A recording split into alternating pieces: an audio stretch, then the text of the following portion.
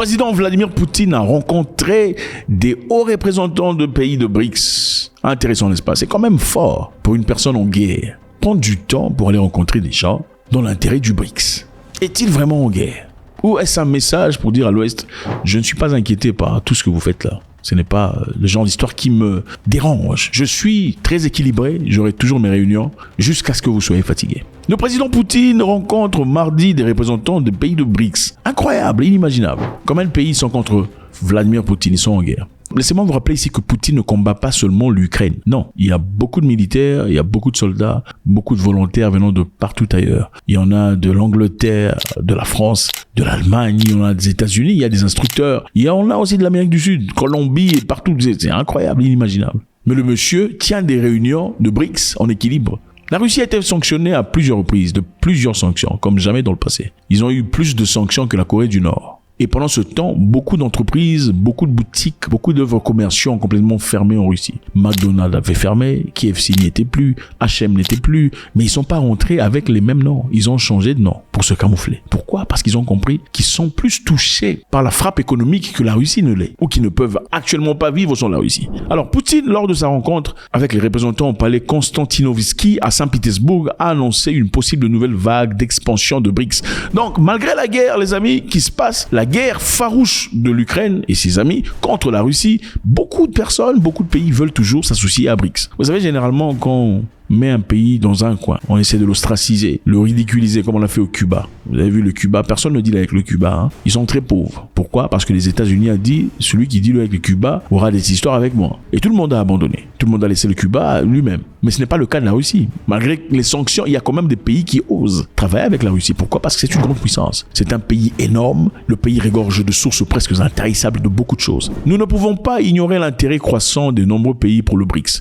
Aujourd'hui, plus de 30 pays en particulier, 34 ont exprimé leur désir de rejoindre notre union sous une forme ou une autre. Par conséquent, une discussion active a été initiée par tous les participants de BRICS concernant les modalités d'une nouvelle catégorie d'États partenaires. Pourquoi il y a BRICS aujourd'hui? Il y a BRICS aujourd'hui parce qu'il y a l'OTAN. BRICS, évidemment, n'est pas militaire comme l'OTAN, mais l'OTAN ne se limite pas à l'OTAN. L'OTAN est financier, l'OTAN est sanitaire, l'OTAN est tout ce qu'ils ont créé, l'OMS, c'est ça, c'est eux. Ok. C'est-à-dire, l'importance ici, c'est que beaucoup de pays ont remarqué que ceux-là, ceux de l'Ouest, qui paraissent être les plus importants, les plus précieux sur Terre, ont leur groupe à eux. C'est-à-dire, ils favorisent leurs propres intérêts. Je vous rappelle ici, quand la guerre a commencé en Ukraine, il y avait beaucoup de gens qui vivaient en Ukraine, qui étaient aussi africains et asiatiques. Les Ukrainiens, pendant qu'ils étaient acceptés en Europe, ceux-là n'étaient pas acceptés du tout. Beaucoup ont été rejetés. Même à la Pologne, on ne pouvait pas rentrer, pendant que le pays était en guerre. Et à cette époque, laissez-moi vous rappeler, les Russes étaient sur place dans Kiev. Donc la guerre était dans Kiev. La raison pour laquelle il y a peu les Russes à Kiev, c'est parce qu'il y avait déjà des débuts des négociations entre les Russes et les Ukrainiens à l'époque. Ces négociations étaient médiatées par la Turquie, jusqu'à ce que Boris Johnson, ex-premier ministre britannique, se présente pour dire « Non, les Ukrainiens, vous n'acceptez pas, on va vous donner les éléments nécessaires, les outillages, les armes, les hommes, pour aller faire la guerre. » C'est comme ça. Donc, les Européens avaient clairement montré que les Ukrainiens étaient plus acceptés que le reste. En Angleterre, on acceptait les Ukrainiens moyennant un frais. On donnait de l'argent à toute famille qui acceptait des Ukrainiens. Oui, on donnait de l'argent, de subventions. Et malgré tout, il y a quand même eu des Ukrainiens qui disaient, écoutez, ça fait un moment que nous sommes là, on mange des English breakfast, c'est bon et tout le bazar. Mais malheureusement, le quartier, c'est pourri, hein. Il y a trop des musulmans et des noirs. Mais pendant ce temps, on avait refusé aux mêmes Noirs qui étaient en Ukraine étudiant dans les mêmes universités que les Ukrainiens de rentrer en Europe ou d'être acceptés dans les universités européennes, y compris la Belgique. Donc, les discussions ont été initiées pour essayer de développer et accepter ces pays qui veulent faire partie du BRICS. La réunion fait partie du sommet de 2 jours sur la sécurité de BRICS destiné à discuter sur des paramétrages d'un monde futur. Le monde doit être équilibré, les amis.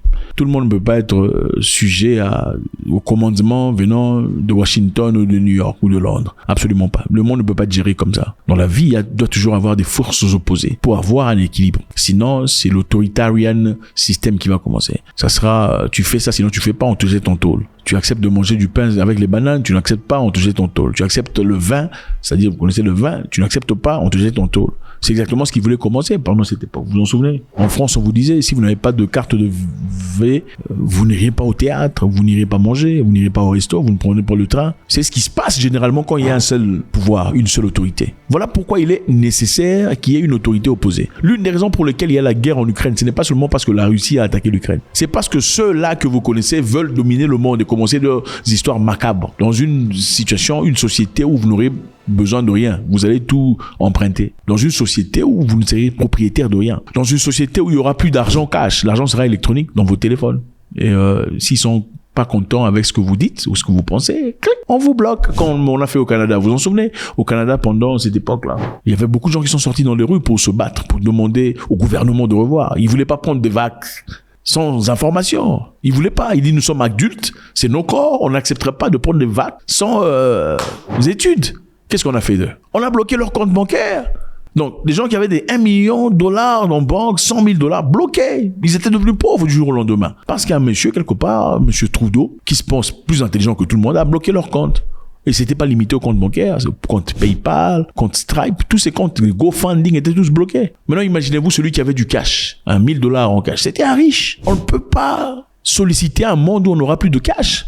Parce que là, on contrôle tout ce que vous faites, tout ce que vous achetez est contrôlé. Si on veut vous bloquer, on vous bloque. On veut pas que vous achetiez de la viande, on vous bloque. Il y a un système qui a commencé récemment. Parce que la viande, d'après eux, a des émissions, des gaz. C'est la raison pour laquelle il y a le réchauffement climatique. Parce que vous mangez trop de viande.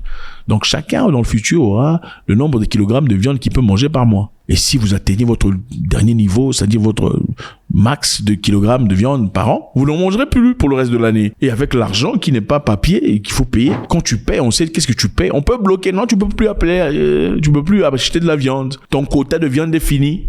Et ceci sera possible s'il n'y a pas de force opposée, que ce soit la Russie ou pas. Nous ne sommes pas nécessairement pro-russes, non. Il doit y avoir une force opposée qui résiste à une mentalité, sinon ça sera une mentalité unique. Alors, l'organisation BRICS est en train de grandir. L'organisation intergouvernementale comprend le Brésil, la Russie, l'Inde, la Chine, l'Afrique du Sud, l'Iran, l'Égypte, l'Éthiopie, les Émirats arabes unis. Son objectif déclaré est de construire un monde multipolaire. On est fatigué d'un monde monopolaire où il y a seulement des gens qui vous disent vous n'êtes pas démocratique. Si vous n'êtes pas démocratique parce que vous n'aimez pas les papa, on va vous bloquer. Vous n'aurez plus l'argent venant de la Banque mondiale. Vous ne pouvez plus voyager. C'est quoi ces genres de bêtises? Pourquoi vous venez dans ma maison pour me dire comment je vis ma vie? Oh, nous sommes libres. Non! En Ukraine, ils disent les Russes doivent quitter. Parce que voilà, c'est n'importe quoi. Tu ne peux pas attaquer un pays à autrui. C'est violer leur liberté. Mais en même temps, ils sont en Cuba. Au Cuba, on ne veut pas d'eux, mais ils sont là depuis presque 100 ans. Empêchant les Cubains en train de vivre. C'est inacceptable.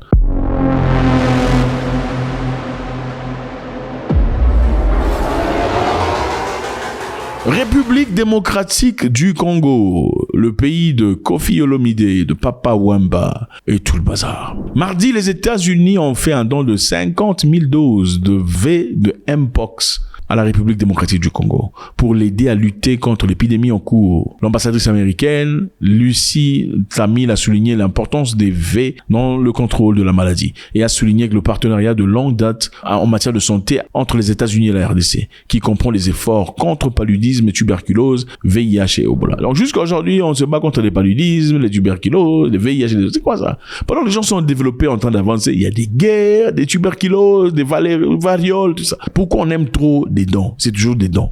Donc eux là-bas, ils n'ont pas besoin de dons. Les dons doivent seulement venir en Afrique. Vous savez, Thomas Sankara avait eu raison de dire que la mendicité c'est mental. Ce n'est pas physique, ça commence dans la tête.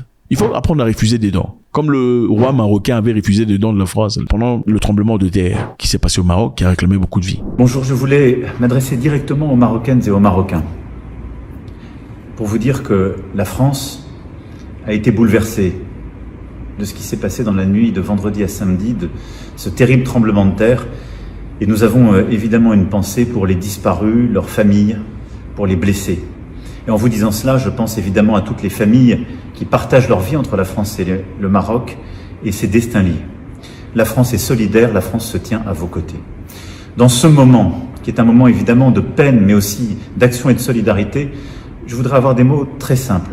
J'ai vu beaucoup de polémiques ces derniers jours qui n'ont pas lieu d'être. Nous sommes là. Nous avons la possibilité d'apporter une aide humanitaire directe. C'est évidemment à Sa Majesté le Roi et au gouvernement du Maroc, de manière pleinement souveraine, d'organiser l'aide internationale. Emmanuel Macron a dit, la France est en capacité d'aider le Maroc. Il suffit que les Marocains demandent. Ils savent quoi faire, ils savent comment faire. La France a l'aptitude, ils ont les éléments qu'il faut. C'est-à-dire, nous pouvons vous aider. Qu'est-ce que les Marocains ont dit? Ils ont dit non, on n'a pas besoin de votre aide. Mais comme les Africains noirs sont des mendiants de nature, même si vous n'avez pas besoin d'aide, vous allez accepter cette aide pour mettre ça dans vos poches. Aucun sens d'honneur, de dignité, zéro. Vous savez, des fois, il faut refuser l'argent de quelqu'un pour garder l'honneur. Mais l'honneur, vous n'en connaissez pas. Ce n'est pas dans votre vocabulaire. Vous n'avez même pas un dictionnaire. Donc, c'est ça. Les Marocains ont refusé l'aide venant de la France parce qu'ils étaient en froid. On n'a pas besoin de votre aide. Ils ont été très sélectifs par rapport à qui pourrait apporter cette aide. Mais bon, les Congolais qui accusent tout le monde, il faut dire la vérité, accusent tout le monde de leur peine. On accuse aussi les États-Unis, n'est-ce pas? Ah oui, il faut le dire. Vous accusez tout le monde. On accuse les pays d'ici, on accuse les petits pays là-bas, on accuse tout ça. On accuse aussi les États-Unis de manigancer des choses contre la RDC. Mais en même temps, on prend aussi des dons. Les mêmes personnes qu'on accuse. Il faut refuser les dons. On vous accuse de ce qui se passe dans notre pays. C'est à cause de vous que les gens tombent. C'est à cause de vous que les gens meurent. C'est à cause de vous que nous ne sommes pas en paix. Alors votre don, nous ne voulons pas. Prenez ça, mettez ça dans votre histoire. C'est ça. C'est comme ça qu'on fait. Tu ne peux pas dire que non, je suis contre toi, mais j'accepte le don que tu m'as. Il y a des cafards dans la tête ou quoi? Des fois, il faut refuser les dons. On n'en veut pas au nom de l'honneur. On ne veut pas. Parce que c'est à cause de vous que nos sœurs sont tombées. C'est à cause de... C'est vous qui financez. Attendez, je ne peux pas dire une chose et faire une autre. God bless.